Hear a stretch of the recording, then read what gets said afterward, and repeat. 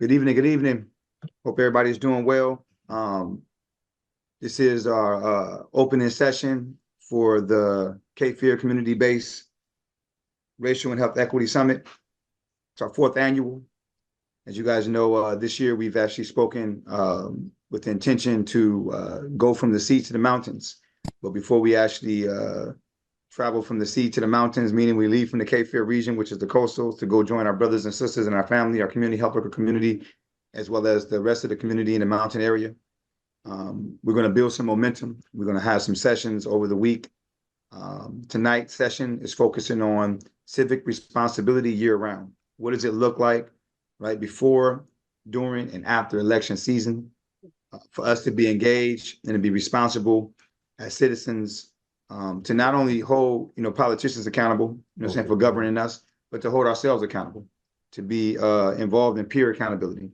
But we have some awesome panelists, community health workers, and other types of professionals that are going to share what it looks like for them, right? There's no right and wrong answer to this, right? This is just something to think about while everybody's kind of hustling and bustling, rushing to the polls. Some people are sitting back, relaxing, settling down in front of the TV. Some people are reading books. Some people are going to sleep. Some people are just not focusing, interacting with their kids, but they're aware that things are happening inside of our country right now. Big decisions are being made. What we decided to do is give people an option to come in and plug in with us and discuss, what does it look like, right, to continue moving forward, no matter what takes place this evening. So we have our brother Vance Williams, who's the founding executive director of Advanced Youth Outreach. He's also an actual founding owner of Socorro House, along with myself. Vance jumped in the early stages and put his energy into the actual project here inside the Cape Fear region. We know it's Socorro House. And, we was able to offer him that recognition because he deserved it. You want to honor people who bring their heart and their actual time and effort and resources into things. He'll be moderating us today because he has a background that's kind of unique in the sense that he's really been deeply rooted in advocacy inside this particular city. He's actually encountered, challenges with holding law enforcement accountable when people was abused in the streets, when they were supposed to be exercising a certain type of duties and they didn't do it correctly. He supported accountability of the hospital here locally. He's actually challenged various types of entities and had to advocate on behalf of the people who are voiceless and without the capacity. And he's also done a lot of work on the ground, building with the young people, with families. He was decided, came to Socorro House the other day, with a suit on. I didn't even know he was down there in the courtroom, supporting the family, man. We came back and him and Robbie's talking about, how he was able to successfully execute some type of support on behalf of this family. And I was kind of impressed that he's still doing this work and trying to figure it out, all things considered. Then we also have Robbie Carter, right? So he's going to be one of the individuals that's going to speak a little bit about what does civic engagement look like for him as a regular brother in the community, man, trying to help the community, trying to pay his bills, take care of his family. And we got Kevin Roberts. He's going to do the same thing. Just speak a little bit, man. What does it look like to him, man? He's obviously, visibly Caucasian male in the midst of a lot of people of color, with indigenous roots and trying to really advocate on behalf of the actual underdogs. And he's joined in and been supporting us and moving with us as being one of us, right? But he's also, he's a father, man. He's a son. And he's a duly employed, 40 hours a week plus, citizen of the society. And he has an opinion in certain ways that he exercises civic responsibility beyond, right, voting, right, as well as voting. And then we have other people that's inside the room that may want to share their opinions. But after we get some thoughts on that, Vance is going to lead us in a robust discussion. He has some very prompting questions for us that to see if we can actually answer and we can be able to support this dialogue. So we appreciate you guys joining us again. It's really grassroots, laid back. We just want to have a discussion and create a space for discussion at this time where everybody is still kind of antsy and thinking about what's next. So I'm going to hand the floor over to Vance, and then Vance, you just pick who you want to kind of go first when it comes to looking at civic engagement. And I appreciate everybody joining us. A lot of people are not here today because we had a little bit of technical difficulties, coming in, but we're going to record and we're going to share. We're going to record and we're going to share so you can still get access to this information. Vance Williams. Hey, everybody. Just so we can get a proper narrative and perspective on why we are hosting this comprehension civic engagement like panel discussion. I just want to give you some narrative so you can clearly understand where we're coming from. This was written in 2021 by myself, dealing with voting. And this is the introduction to it. And I just want you to read it because it's relative happening right now. This is called Beyond the Ballot. The rallying cry of just vote has echoed through the corridors of activism, urging marginalized populations, particularly the Black community, to exercise their right to vote. However, a critical examination reveals that this emphasis on voting alone may be disingenuous, reducing civic participation to a mere numbers game rather than a means to create meaningful impact.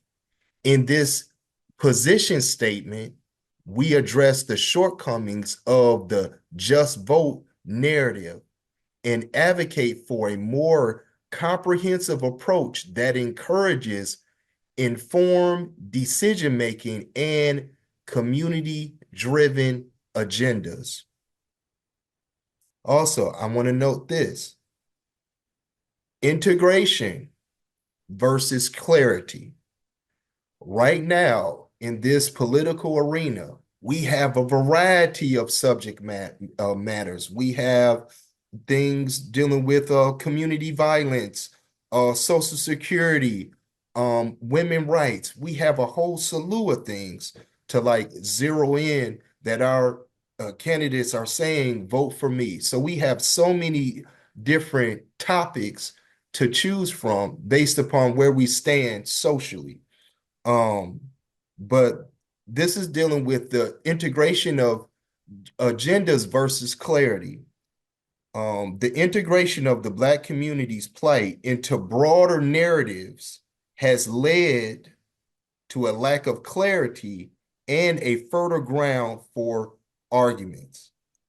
A focused, community-specific agenda is crucial to avoid dilution of priorities and to articulate a clear vision for positive change. There is nothing racist about an intentional Black agenda that empowers, or an agenda that related to marginalized community members, right? That empowers the people that have been oppressed for over 400 years and faced a local massacre. By steering away from broader generalizations, we can address the specific needs of the Black community and marginalized community members in New Hanover County and work towards tangible improvements. Please understand, Black is a shared experience that our ancestors went through, but culturally, there are some clear separations when it comes to how we view voting in America. We have all of these different topics and subjects that we are jumping on, but on a comprehensive level, we are only 13.5% locally. We only 13.5% of the population. This phrase of just vote, what does that actually mean? Is it really comprehensive? Are we really educating community members on voting? And are they voting against their best interests? So this discussion is really about how our community leaders, community organizers, right, and those that provide direct services, how are they communicating with the community members about voting, about educating themselves about the candidates, and socially, I mean, what is in their best interest? What does that actually mean? You know, as far as the future of their children, the future of their family. Are they truly educating themselves about the candidates? And we're going to have some questions about this not being a microwave thing, but this is being long term, right? All year round. How are we engaging with candidates, right? And those elected officials when it comes to things pertaining to our community and things pertaining to especially the infrastructure of the area that we live in, because the infrastructure is really related to the future of the community, right? So what we're going to do is I'm going to pose some questions, and in between that time, I'm going to give a few narratives and a few examples of some different things that we can do to hold our candidates and elected official accountable. But my first question is, and this is a question that's loaded. It's got a lot of different elements to it that we can pull from. It got some soft elements, but it's got some hard elements too, because with our elected officials, it's always the good, the bad, the ugly. But there are some beautiful parts, but there are some areas that our elected officials need to work on. And this first question is, how do you ensure that the elected officials are held accountable to the community's needs and expectations? So again, how do we ensure that the elected officials are held accountable to the community's needs and expectations? And anybody could chime in and answer So I'm, that. I'm going to chime in a little bit, but then also try to answer the question and give people a chance to answer the question, and also just reiterate, we want to give some of the participants that's present today a chance to share how they also see the year-round civic engagement within their lives. We want the viewers to be able to see how this civic responsibility is something that is a universal responsibility for any mature person that's a part of any country. And we happen to be in the United States of America. Um, so what I want to say first to your question, Brother Vance, I'm going to give context. We live inside of an actual democratic republic, Mhm. right? So what that means is this: it's supposed to be a representative government. This is for anyone who chooses to vote and however you choose to vote. The reality is that whenever you vote, you hand over your voice and you hand over your limbs for someone to act and for someone to speak on your behalf. So civic responsibility looks like whomever I vote for, right? First, I want to be responsible enough to be keen on who I'm voting for, because who am I holding my voice? Who am I handing my voice over to? And who am I handing over the ability to act on my behalf to? Once I determine that, then I have to say, okay, if I select them, right, how much do I feel like I can be engaged or I can be present to make sure that they do what they say that they was going to do? So that's one thing of you asking the question of how, but we want to talk about why first Mhm. before we get into the how, right? Because legally speaking, right, and we talk about our ancestors died for this, and people put their life on the line for us to have this right. Women didn't get a chance to vote. Of course, indigenous people and African people enslaved in this land didn't get a chance to vote. We talk about this all the time. Right. We don't talk about the why, right, on the legal, right, infrastructural within the social contract of things. Well, when you vote, you hand over your voice, you hand over your hands. They're acting on your behalf and they're speaking on your behalf. And you hand that over, right? You should be one to actually follow up and make sure they're doing what you say that they should be doing. Now, when we start talking about then how to hold them accountable, one of the things I want to say before we step into that small piece, the bigger piece is how do you hold yourself accountable, right? And participating in the civic process, right? Whether it be through voting, right? Through being educated or being involved in certain processes within the community that builds cohesion, that builds understanding. So when it's time to make a decision or who you're going to support locally, nationally, right, on the state level, right, there's some type of synchronized like understanding.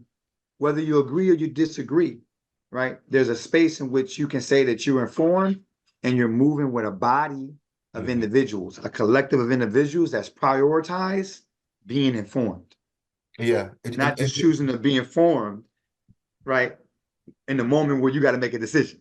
Yeah. Like we're talking about the shifting of a culture. So And, that's and one of the things I would say without going into details, Vance, is that the way you hold accountable public officials is one, understanding what you're handing over in terms of power to these public officials when you vote. Two, right. making sure if you understand that you're very informed on who it is that you're selecting. And then three, if you can't do it individually, then connect yourself at least in some part of your network to a group of informed, right, personalities that's cultivating a level of thinking and cultivating a level of actual researching so that they can make informed decisions when it comes around to being responsible for casting a vote or endorsing someone who others may want to be interested in casting a vote. So that's my thought on that, how to build the culture. But I do think we give a chance for others to share, they have an opinion, and then maybe it'd be good to hear from some of the people on how they play out, right, civic engagement throughout the year. I think because each one of them are diverse and they have different ways of thinking about that. Anybody else want to answer this question? And I'll go back to the question, how do you ensure that elected officials are held accountable to the community's needs and expectations? Abdullah really touched bases on the why, far as almost like a root cause.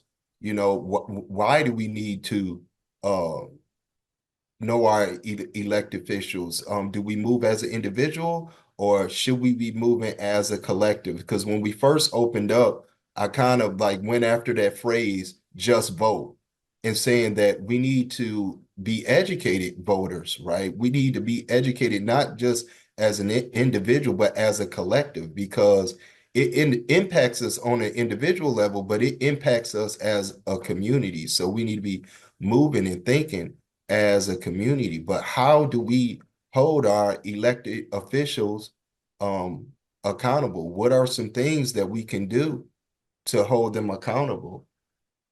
And what I mean by accountable, when you look at the community needs and expectations, and I can give you, those that don't want to chime in, I can give you an example of some things in the past that we did that was really to a degree effective. You're freezing up, Vance. I can't. Can you hear me? Is anybody else having issues of listening, or is No, this me? I think it's you, Robbie. Having trouble. Yeah, I think your signal's dropping. What?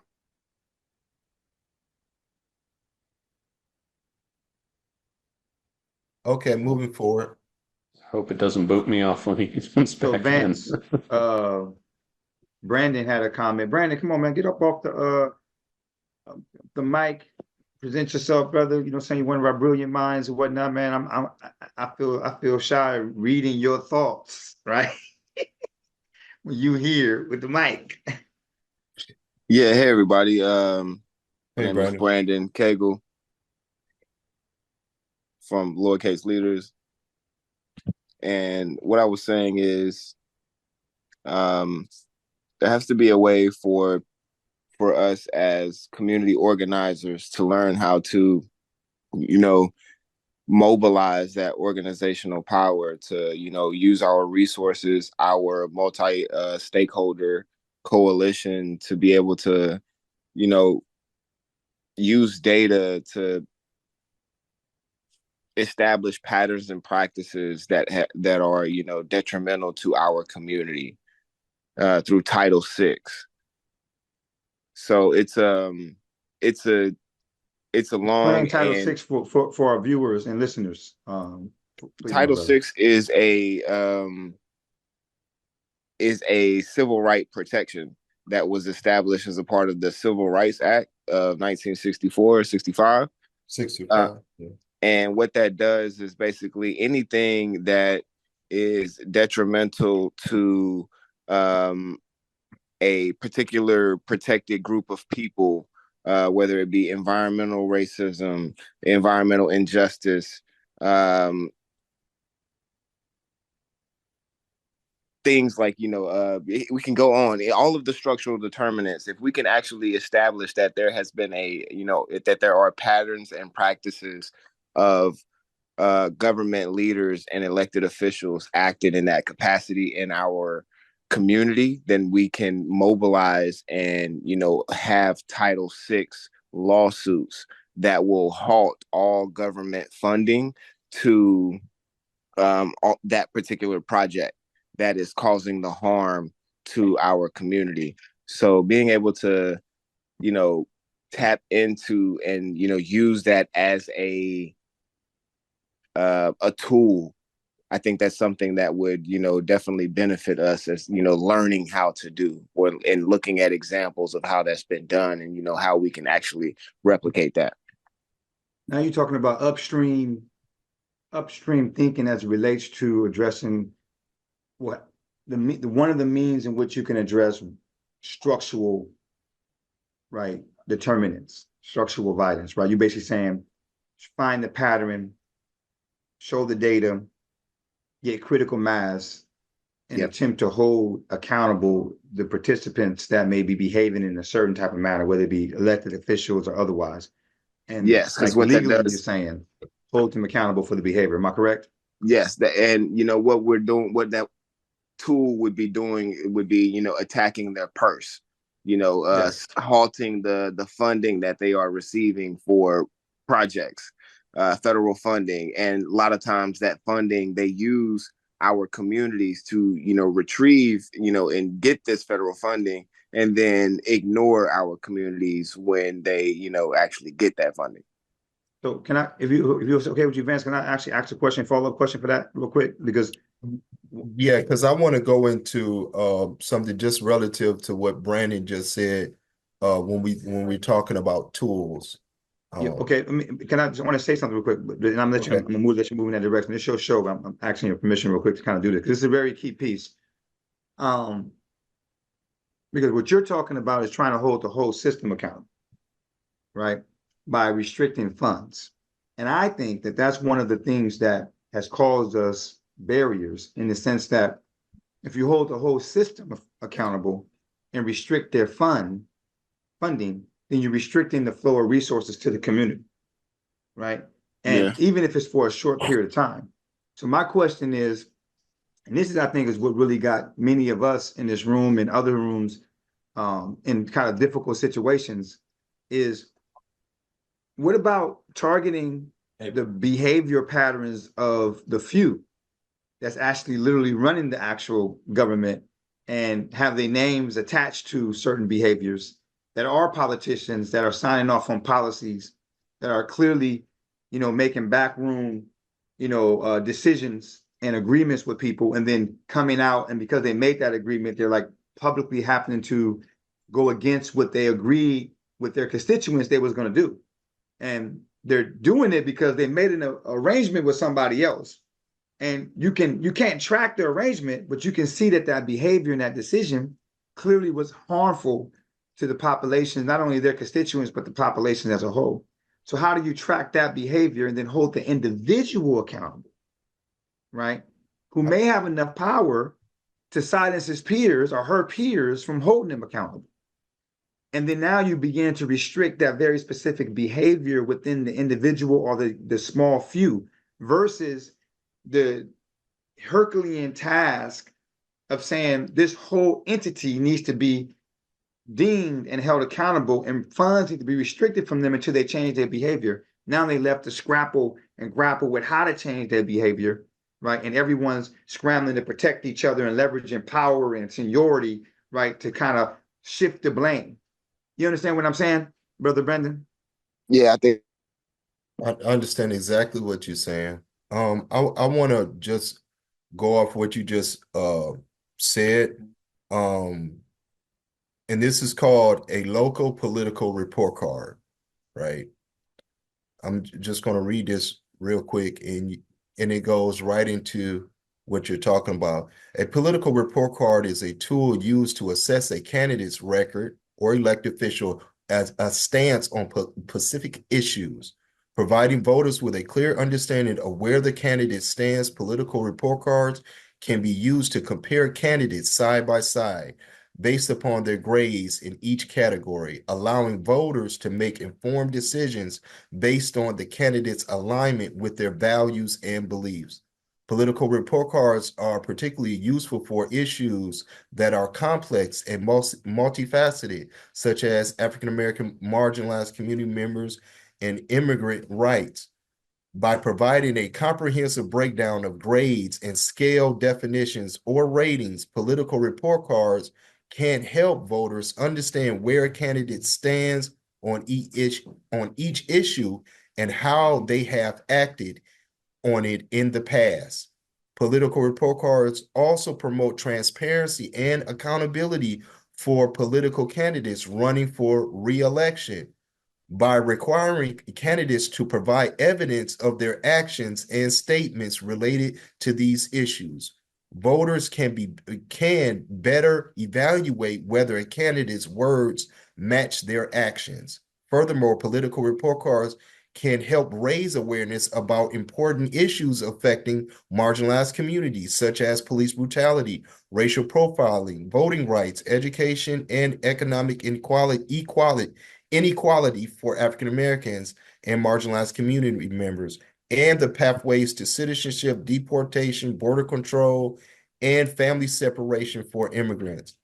Political report cards can bring these issues to the forefront of political discourse, encouraging candidates to prioritize them in their platforms and policy proposals. In summary, political report cards can provide a valuable tool for voters to assess a candidate's alignment with their values and beliefs on important issues, promoting transparency and accountability for political candidates, right? So this is a tool that can actually be used, but it's currently there is not anybody that I know locally or in North Carolina that uses an actual political report card for candidates and elected officials. Political report cards can be posted in newspapers. It could be on all social media platforms. So it shows, are you in alignment with what you said you would do? So what it does is it tracks your performance. And then it on a transparency level, as far as visibility, it puts it on different media platforms so the people can actually see your actual performance. So this is a tool that can empower the people, but also empower them in a way where they can make an informed decision that, am I going to vote for this person just because they're Black? Am I going to vote for this person just because I believe they have some type of community or social connections that they can benefit me? So sometimes this can be used to break down those back doors that people are going into to have these private table conversations.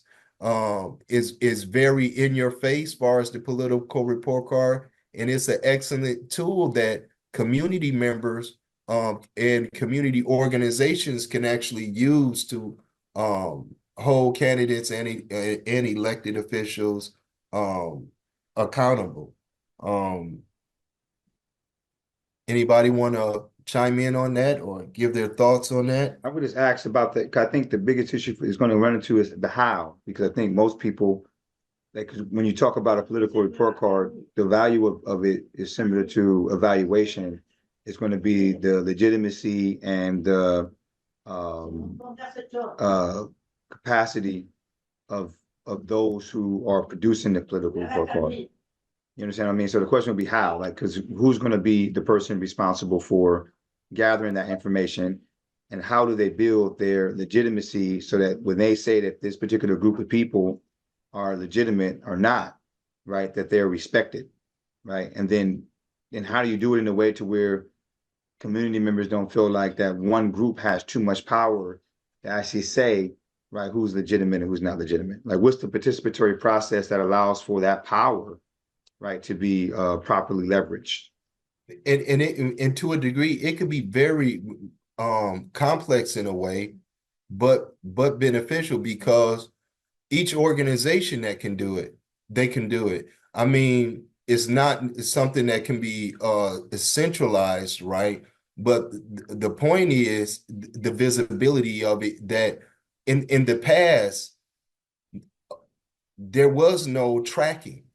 Currently, there is no like real tracking. It's always tracking after the fact, right? But there is no process where somebody is actually watching your performance. And imagine if multiple organizations use this tool, even if things are not in total alignment, right?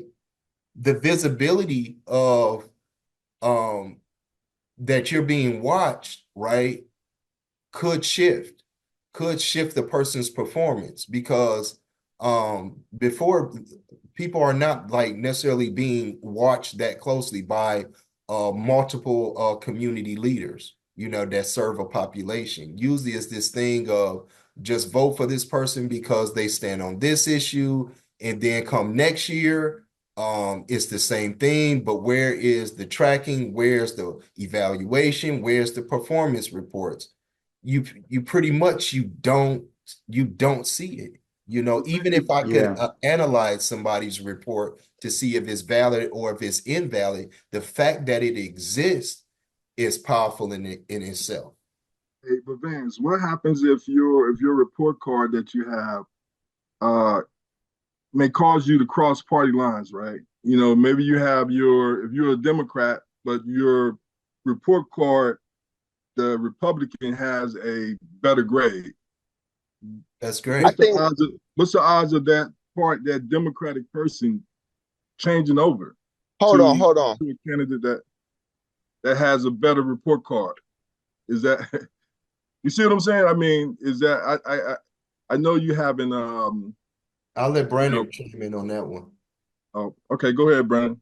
I think we got like this when we start like getting into the weeds of like who would have the better grade. That's when you like, you know what I'm saying, start to worry about like what Abdullah was saying, like what makes us the arbiter Right, of what their grade is, or what an A is and what a D is. Like what we think an A is, that might be an F to somebody else. You know what I'm right. saying? So it's subjective.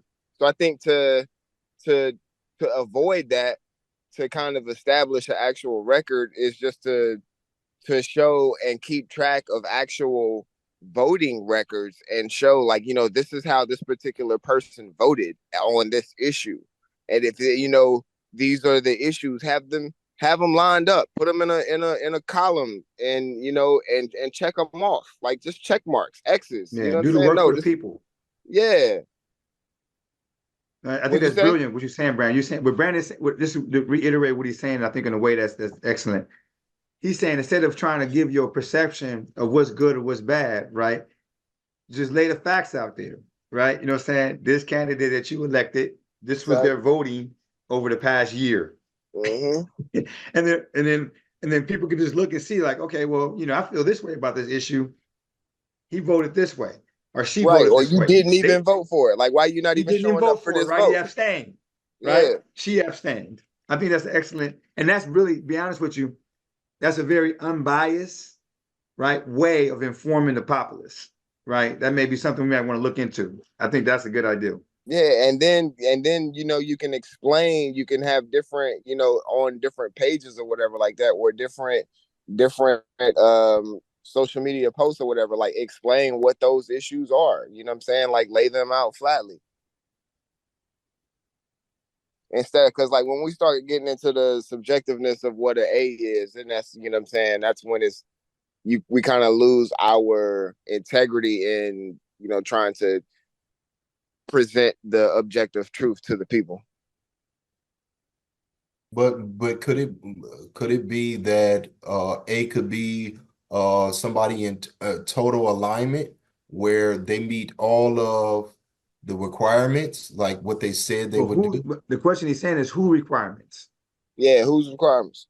Because again, you may, like, somebody may be interested in having like charter schools, and someone maybe Yeah. feel like, you know, saying public schools is really the direction to go. They Yeah, can have somebody that could be same really opinion. following through on like what they said it was gonna do, and it could be real evil stuff. And they showing up for every vote. They said they was gonna do it. They did it. Yep. But could it be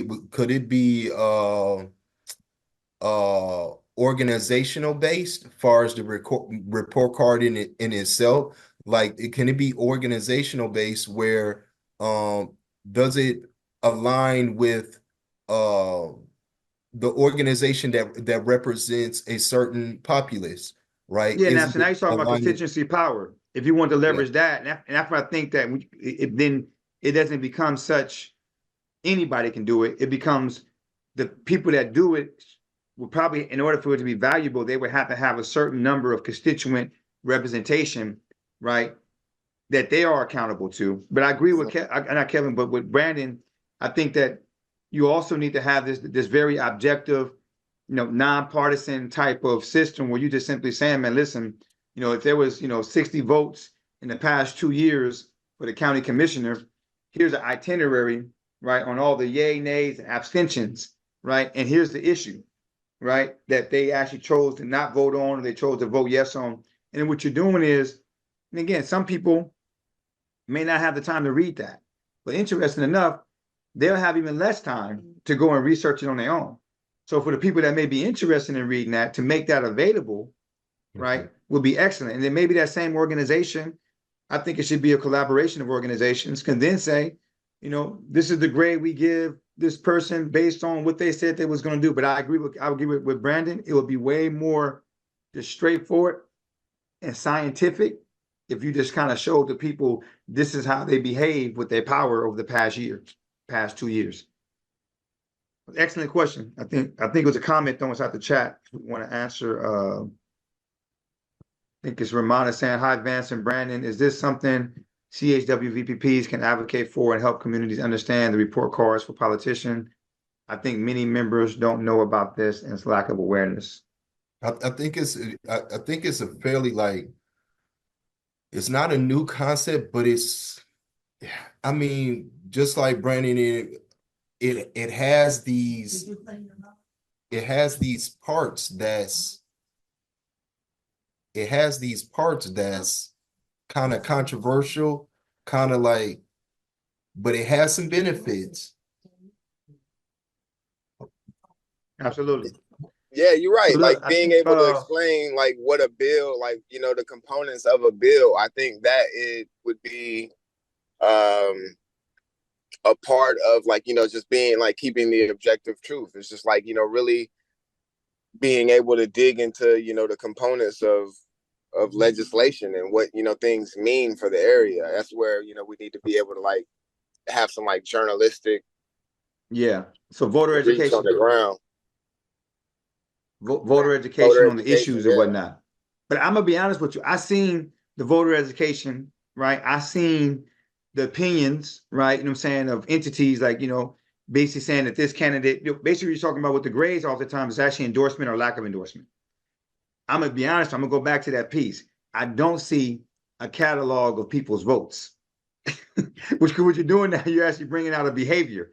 This is how this person moving, right? It's fact, right? You can go check the records. You can go check the minutes of the city council meeting. You can go check the minutes of the board of education meetings. You go check the minutes of the actual county commissioner meeting. This is how they're voting. That's exactly. It's a scientific. You feel me? And all you did was take what they did and put it on a paper and let them crosswalk it. I think that's innovative and new. And I think that's also kind of bipartisan. Again, I think people are saying the grading thing to me is endorsement or lack of endorsement. They did well. If I showed that they did well, then this group endorse them. They didn't do well, then I'm not endorsing them. Even the explaining the legislation, I think that's the voter education piece. Like, do you guys understand that what's being voted on with this particular, legislation that's inside the actual state right now being considered? Those things exist, and I'm not saying they're not important, and maybe need to be broken down and made more accessible to the common people, maybe more abbreviated. But what you was mentioned about just that catalog of votes, I think that's a beautiful thing. Vance, you have any more questions or anything else that you think can take us in a different direction? I think that's one tool that we can bring out and say, listen, this was discussed. If we can't do it, somebody else can do it. Kevin. I have a no, Vance. Kevin has something he wants to share. Okay.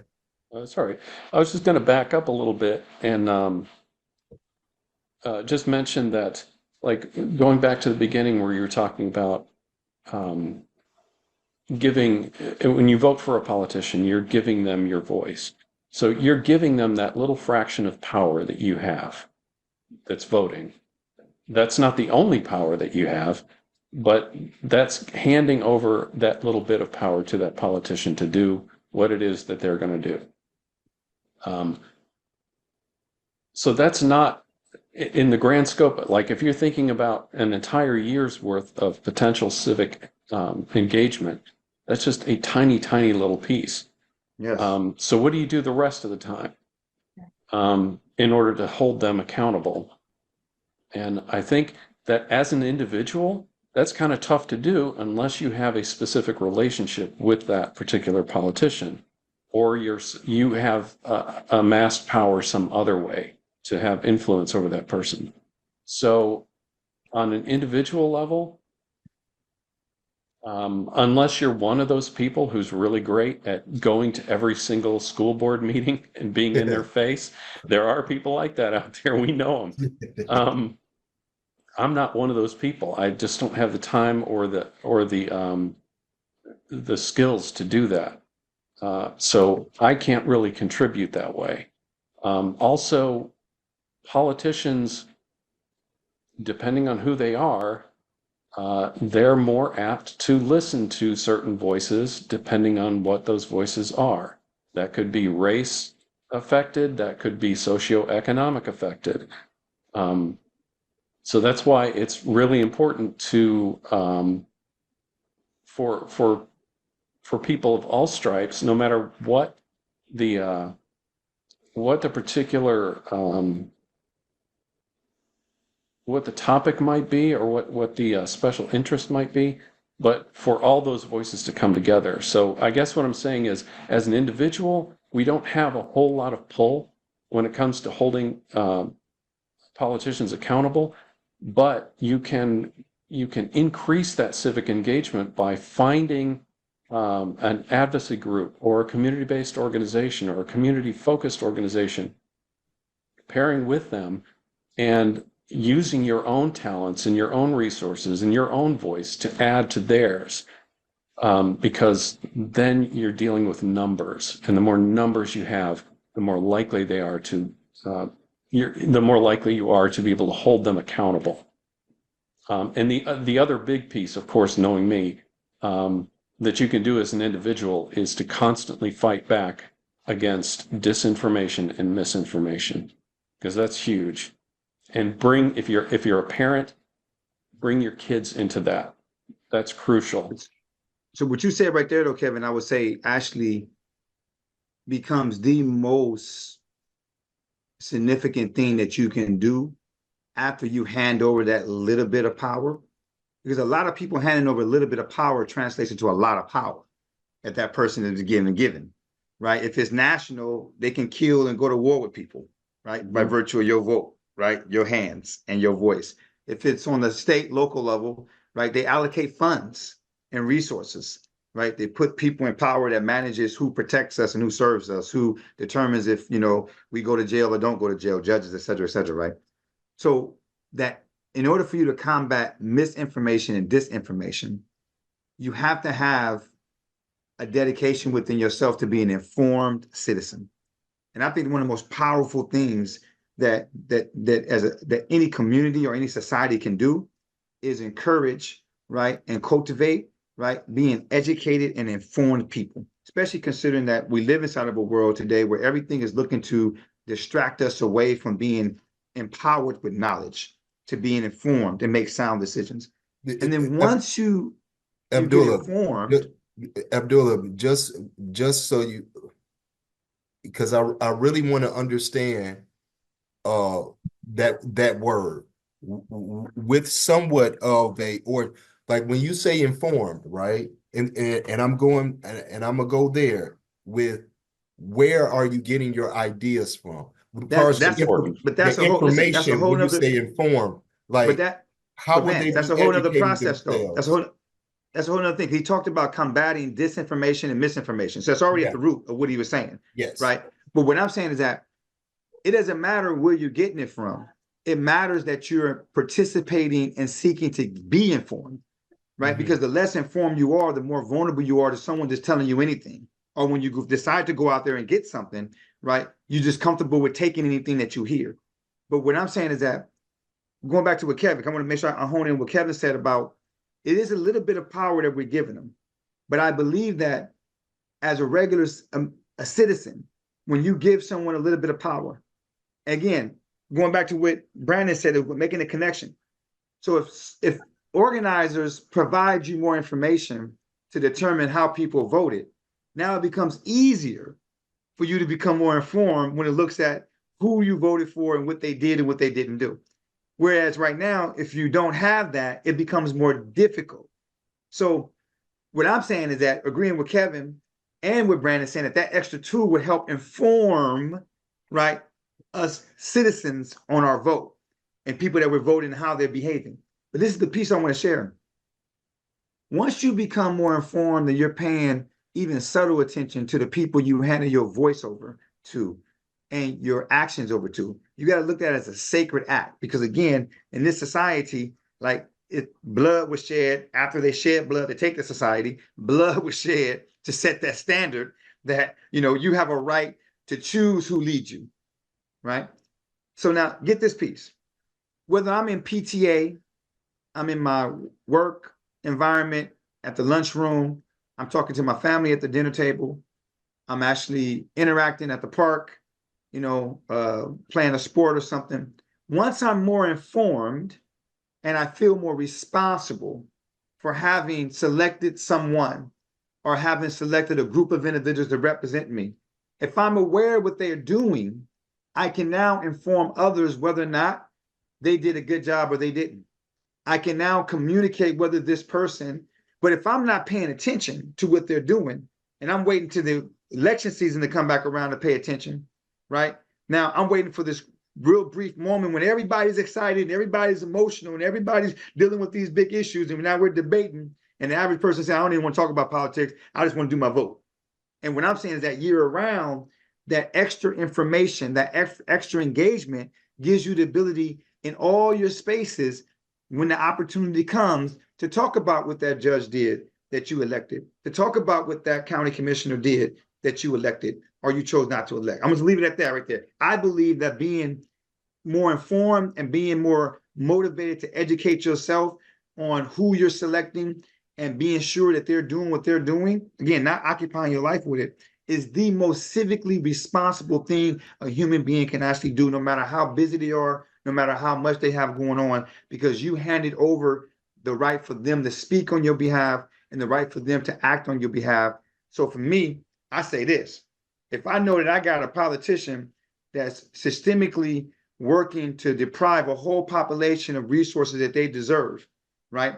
And I'm looking, the first thing I'm saying, man, is who put you in office? And why you keep being in office?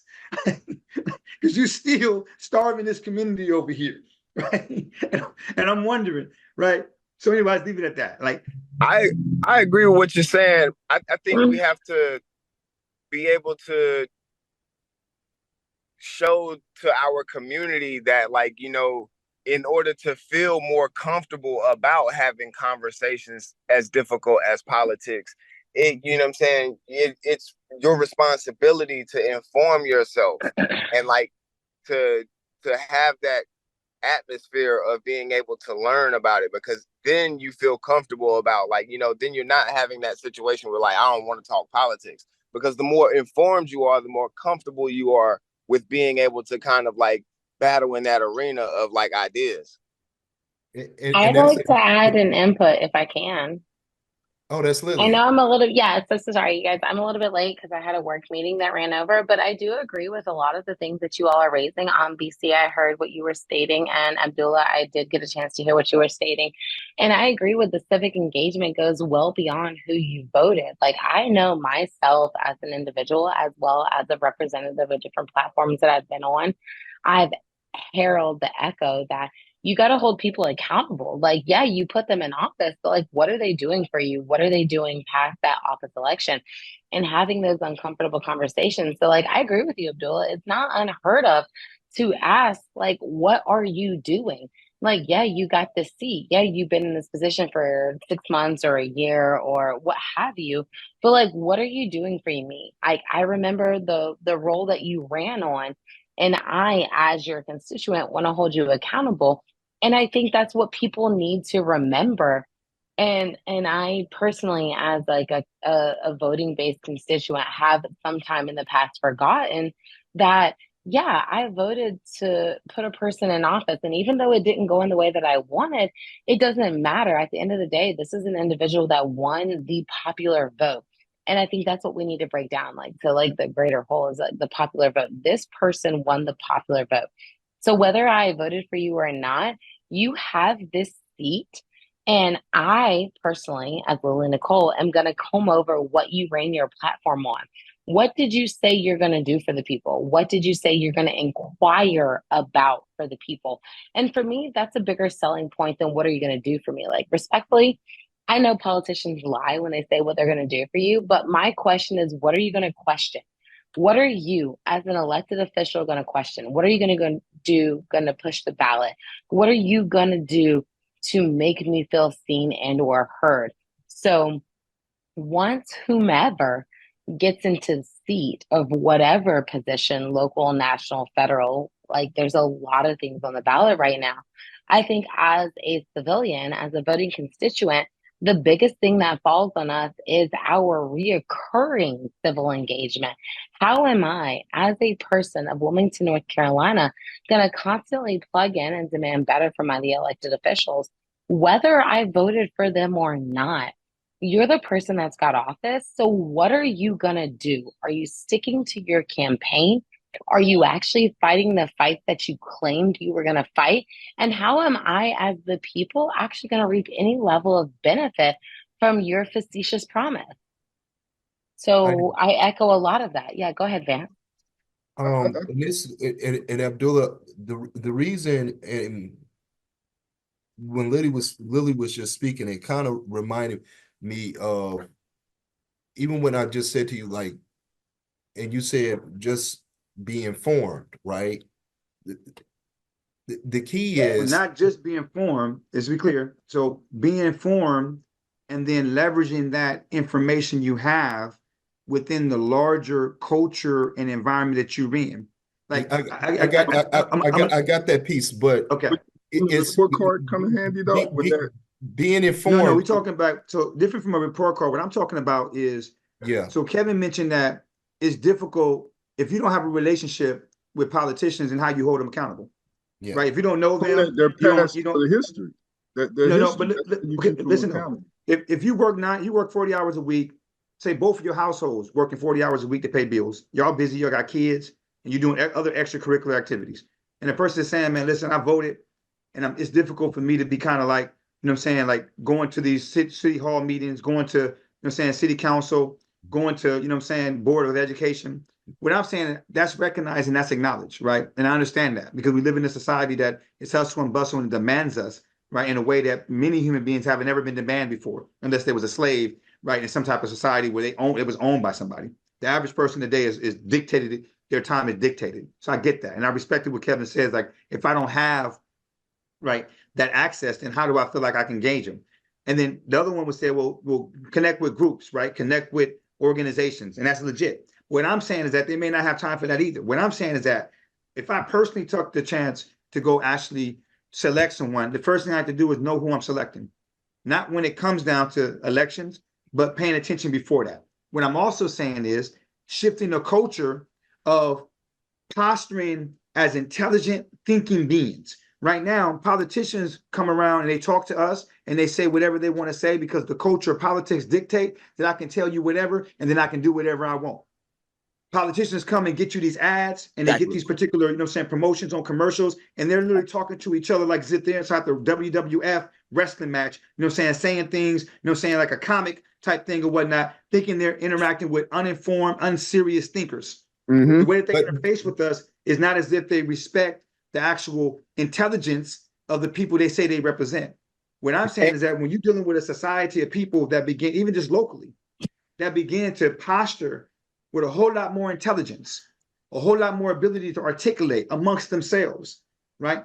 The politicians themselves begin to interface with you differently. Yeah, but I want to say this: when being informed, you have to know how things work. A lot of times we say things like, I want it done at this certain time, or they're not doing it like they said they would do it. So part of being informed is this next level.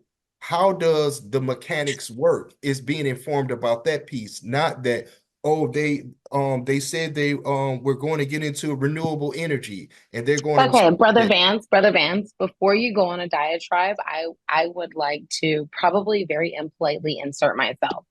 I hear what you're saying, but what you're alluding to is having faith in a system that is set to support us. And specifically, if we're going to hammer our focus down into Wilmington, North Carolina, we know a lot of the systems at B and the endowment and the sheriffs and like a lot of named entities are not here to support actual community health work and the actual growth of the minority population in Wilmington, North Carolina. So, like, I question and I challenge you, like, how can we have faith and support in a system that we know as a living, breathing body here are not set up to support us? No, I never We're not. I never said faith. What I said is knowing how the machine works. I never Yeah, said faith. But that's a little bit of a faith. And so that I'm no, not fighting. I just want an It's explanation. knowledge. Please explain to me. It's knowledge. Is having a like, for instance, um screaming at the county for something that Wilmington Housing Authority and the city is over, right? But you're screaming at the wrong person, knowing actually how to direct the power, where to fight at. Sometimes we fight in different areas because we don't know how the machine is working. So we're focusing our energy in one specific area, and that's not where the focus should be. Vance, and You I have agree to with you. I know think I what who you're got you're my talking hand about is a raised. level of community organizing that is more, and I think what we're talking about is what does the everyday person do versus the community organizer, the group organizers, they have to inform their peers how Yeah. to be effective. Because sometimes Yes. we out there, I hear what you're saying. And I agree. I think everybody's saying the same thing. And I And our think what Lydia's energy is saying spread out is, everywhere because we don't know exactly where to fight. So yeah, being informed, like I'm talking to a politician that has no authority to, like, over a certain matter. yeah, over a I certain got matter. you. So I that's what think. Yeah. I'm But I talking think Can I that's about. at say the level something? of people. Informed on that level. Yeah, I Can I think say that's the something? level of people who's engaged at that level, Mhm. then to make sure they're effective. But we're talking about like, and I guess we could sit back around and maybe think about what direction we want to go in. But I just want to kind of recap kind of this little segment. I think it was a really brilliant discussion. And I want to Hold make up. sure, was there any other? I see a couple hands raised. Did we Yeah, miss anybody? Brandon Yeah, got can his y'all not hand hear up. me? Yeah. No, Brad. Brad, Go we sorry, man. ahead, Brandon. All right. So I think like what Lily and both Vance are like saying are tier 2 and tier 3 like involved level of like Yeah, yeah. engagement. So like to back to Abdullah's point and what Lily, Lily, you missed it. We were talking about earlier, but like establishing a voting record. Like what you're asking is for a community member to be able to know what they're questioning or what they're what who they gave their voice to, what they're questioning, not only all that, but we're asking the average person who doesn't have a lot of time to track a lot of information, and there's a lot of disinformation out there. So what we were talking about earlier, what I offered as a solution would be to like just show their voting record on how they voted on particular issues. That shows like they can't just come around and say one thing and then vote another way when they're in Congress or when they're in city council on things like that. Showing what their voting record is on particular voting issues, their voting history establishes a pattern from them so that we can see, okay, this is, you don't even show up to these types of votes.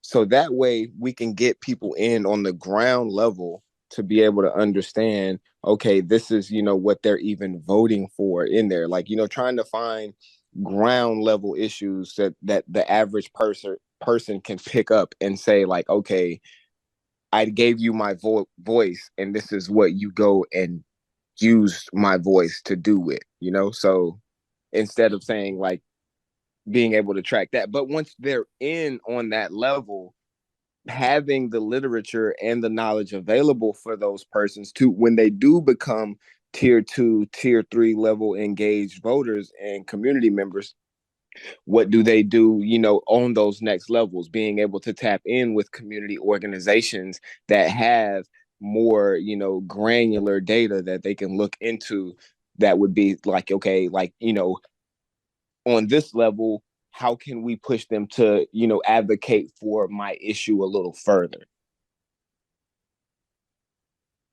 I think that's excellent, Vance. With your permission, you want to kind of maybe we can get one more question out, then we can open it up. I think we have, Ramona had a question earlier.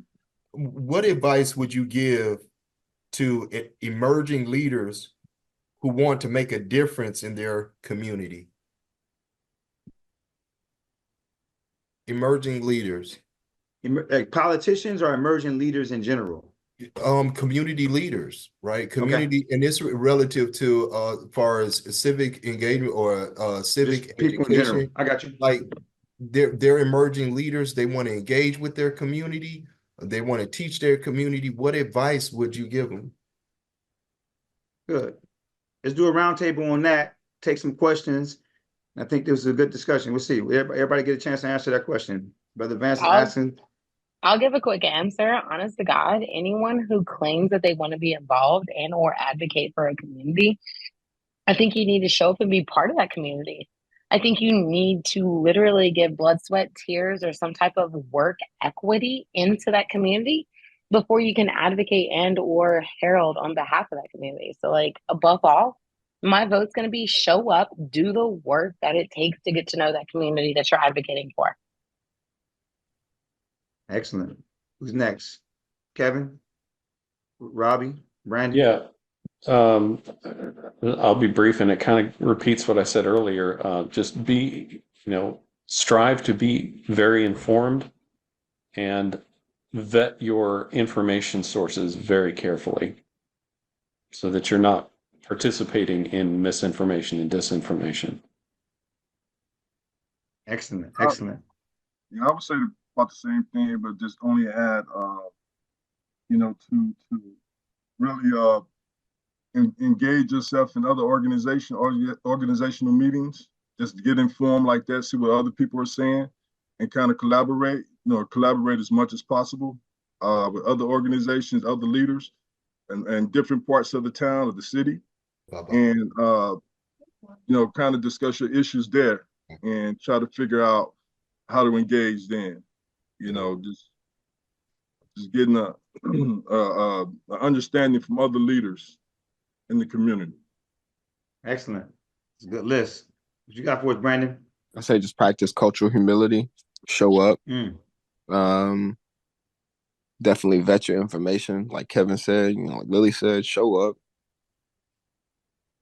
Make yourself available to learn. Excellent. Excellent. So you want me to go, Vance, before you answer that question? Yeah. Yes.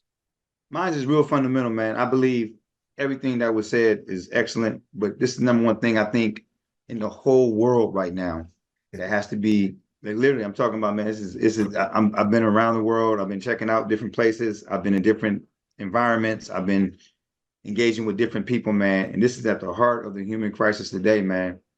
The preservation of the trust, man. The restoration of the trust.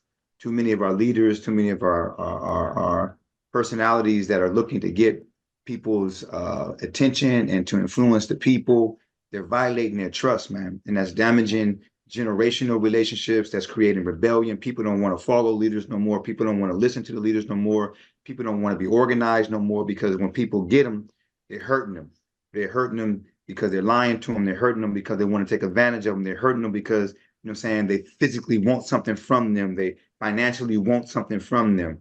The trust of leadership has been, whether it be government, religious, political, organizational, like leadership inside of our world, in our country, and even locally, is in a state of crisis. And the number one thing you can do, right, to be able to help restore that, is that the cure is in its opposites. Try to be a person as much as you can of integrity. Be a person as much as you can that people can trust. People are not going to feel like they're going to be hurt by you, right? And that's around the world, man, because the more you see someone be hurt, the more people are being hurt, the less they're willing, because of trauma, to trust the next person who may be willing to really take them somewhere that can help us improve our conditions.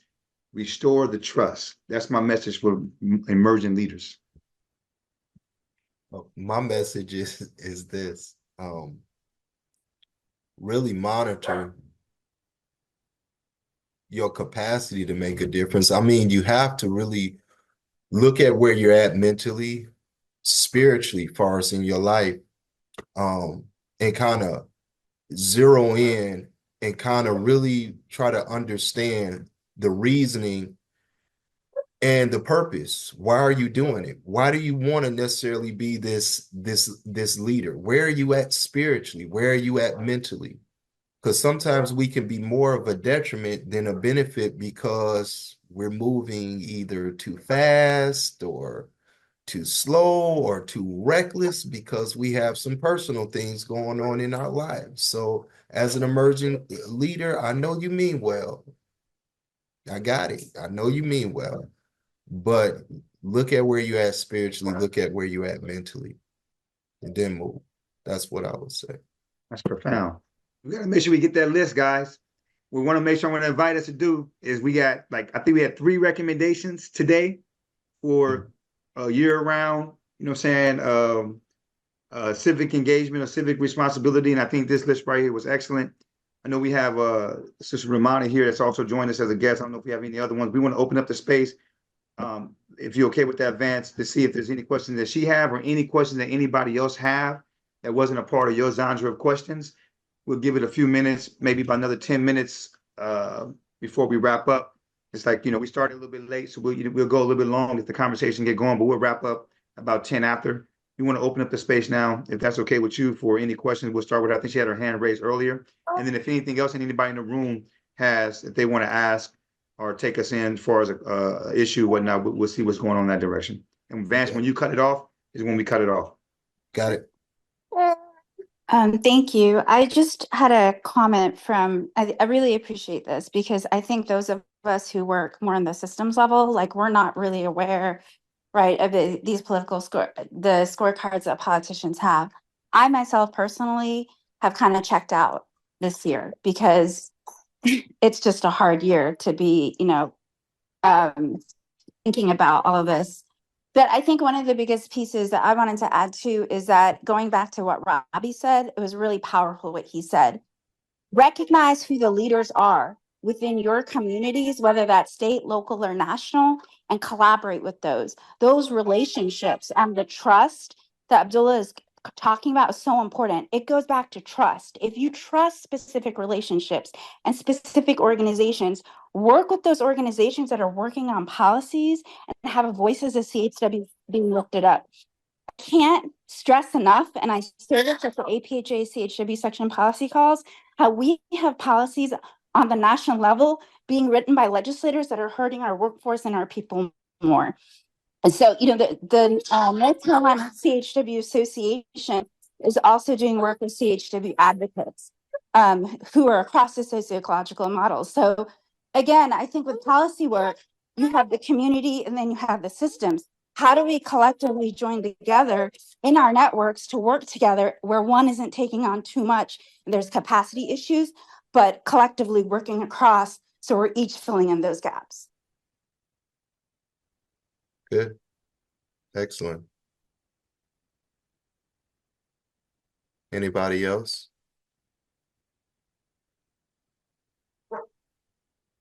Anybody want to respond to that? No, I mean, I don't want to respond, but I would like to echo what Romana was saying. Okay. Like, a lot of the thing about representation mattering is individuals being informed on what's at stake. And I think even with what we're working and what we're subscribing to do in our community work, it kind of echoes where we're at today of all days. Like, it's not lost on me that today is the day of the election. Today is the day, not just the national election for our president, like that's cool and that's whatever, but like it's more imperative what's happening here in New Hanover County. We have 3 school board members on bat that could literally change the tide of our children getting funding for free breakfast and lunch, which should be a right for all students. We have literally individuals on county commissioner that are fighting to change the redistricting of our children getting sent to schools that they have absolutely no right being at schools at. For those who are following along, New Hanover High School has been under construction for a couple of months, and those students are being sent to Laney as well as Harvard. Those students are legitimate gang relatives. Not saying they're gangbangers themselves, so I'm not throwing anyone under the bus, but they are gang relatives. Those children are getting sent to schools that they cannot safely exist in. And it's all because our county commissioner does not want to kind of fight a check. So I want to echo down on that civic engagement. Like, we need to hold a responsibility beyond just today, and it does not fall mute on me that today is the day that we're having this conversation. There's a lot of things at stake locally that we, the people, can advocate for and change for, and will make a huge wave of existence more appeasable if we just took a moment. And sorry, I went on a little bit of a diatribe, but like it causes me a lot of fear and a lot of pause, because today is the greatest day of election, and I'm only echoing what the world has made it to be. But there's so much that's at stake for here at home. It's not just about the president. It's even more impactful for us, we the people, the individuals that are holding this call, who is governing us locally. Yeah. Who is Absolutely. governing us locally, and where's the accountability and the civic engagement past that? And whether I voted that individual into office, I need to echo and herald individuals.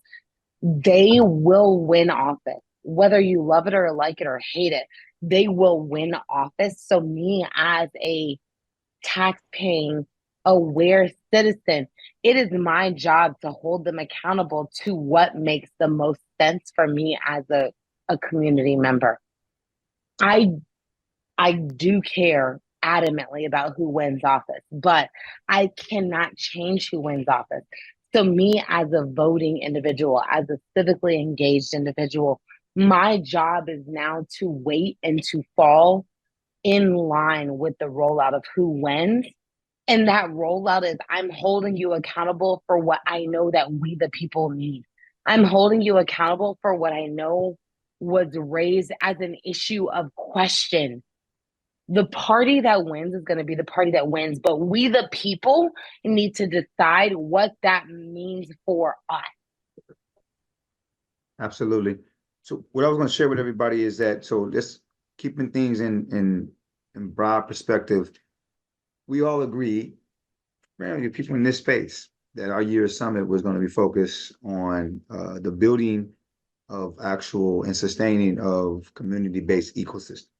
Right. So I bring this up, right, as we begin to wrap. I think it's really important to understand that when you think about community-based, right, ecosystem, something that's from the community, something that's actually governed by the community, and something that prioritizes the needs of the community, and it builds itself. An ecosystem is something that, it has multiple different connecting points, right? And from those connecting points, like the synapses of the brain, it communicates messages and it corroborates and coordinates with each other to achieve certain goals within the larger ecosystem with other organisms, right? So we're talking about potentially, community-based organizations. We're talking about community professionals, whether it be community health workers or otherwise, or community leaders, and we're talking about their networks. So the churches, the children, the schools, et cetera, et cetera. We're talking about what we refer to as community assets and how to really activate those. Well, I want to make sure that we're aware that one of the things that was mentioned today was relationships. Ramona mentioned that. One of the things that, many of us mentioned was talking about being involved and engaged all year round, whether it's with the politicians, whether it's with countering information, disinformation, right? All these things have been talked about, right?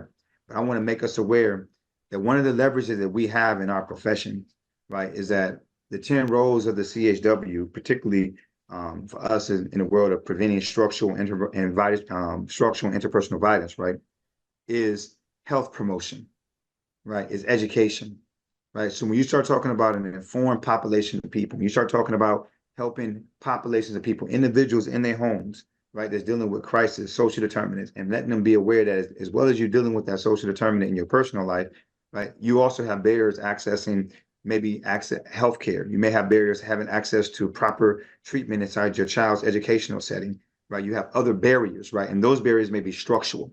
Well, part of what we do, just to remind ourselves, is we also educate our people to be able to advocate for themselves, and we also advocate for them.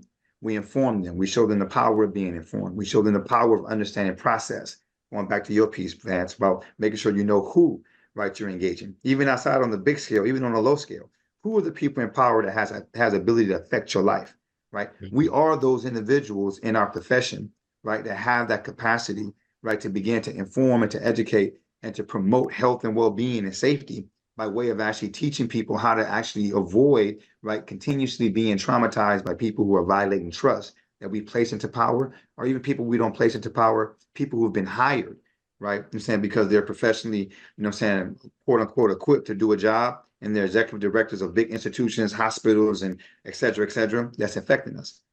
As community health workers, again, not the end all be all, but just bringing it back to our lane, bringing it back to our summit. It's our fourth annual, y'all, right? We've been doing this, right? We've been trying to build the language. We've been trying to actually organize and coordinate. And we've had challenges from time to time. What I'm going to call us to is to remember that it's our cohesion and our connectivity and our persistence in doing what we're doing that got us to a point to where now we're 100 plus across North Carolina. And you can see the power of that in the sense that now, because of an actual natural disaster, right?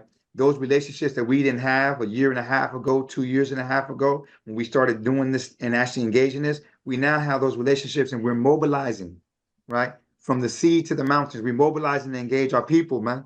You feel me? I want y'all to understand this and get a sense, right? We talked about all this, but I want to make y'all aware that we're doing this. But the more that we become more conscious, the more that we become more aware, we become more deliberate in what it is we have an opportunity really to actually advance inside of our state. Again, it's not the end all be all. And it's important that we don't talk as if we're the only solution or we're the only ones doing it. It's not the case. But let's not underestimate what each one of us have invested our time and our energies, and doing, even right now, being present here. We're going to share this video, right, with the people. Hopefully they get a chance to listen to it. Hopefully they get some value from it. But we're also going to take a synopsis of some of the stuff that we talked about, and we'll put it on print and we'll share it. Hopefully, it probably won't get done by tomorrow, but it'll get done.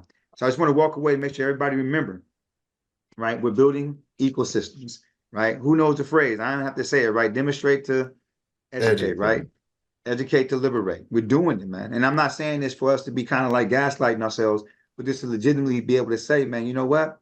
Most of what we talked about tonight, we can arguably say that we have some aspect of that happening, right? And we want to continue it happening, right? And you should feel good about it, but I want you guys also too to continue to take ownership in it, right? It doesn't belong to anybody here, man. It belongs to all of us. So I want to just put that back out there, because no matter what happens tonight, right? Just know that you've been doing this, right? You're doing it now, and you're going to be doing it afterwards, right? You know what I'm saying? We're not in a position where we can actually lay down. So anyway, I'll let Vance close us out with a final thought. I just want to make sure I make the connection. Again, this is something that's focused on community-based ecosystems, building them and sustaining them, right? This is a racial and health equity summit, right? This is about preventing structural and interpersonal violence through addressing structural and social determinants. How do we do that? Through organizing and mobilizing the people, through educating the people to address their own most health pressing needs. And I love We this can't wait for topic nobody because else. no, I agree with you, but I love this topic because it's like civic engagement beyond just voting. And a lot of individuals, especially in our community, may not feel like their vote matters. And even the most harrowing reality is a lot of individuals in our community may or may not be able to vote. But look, what are you as an individual in the community going to do post-election? And the biggest thing we can do is win, lose, or draw is hold the elected officials who won that seat accountable. So if I can do nothing more than just echo my existence, like I built a platform on transparency and accountability.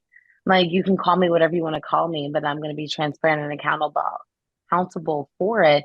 And I think that's what we need to do. We, the people, we, the individuals, we, the organizers, need to do, regardless who wins office, be transparent and hold them accountable.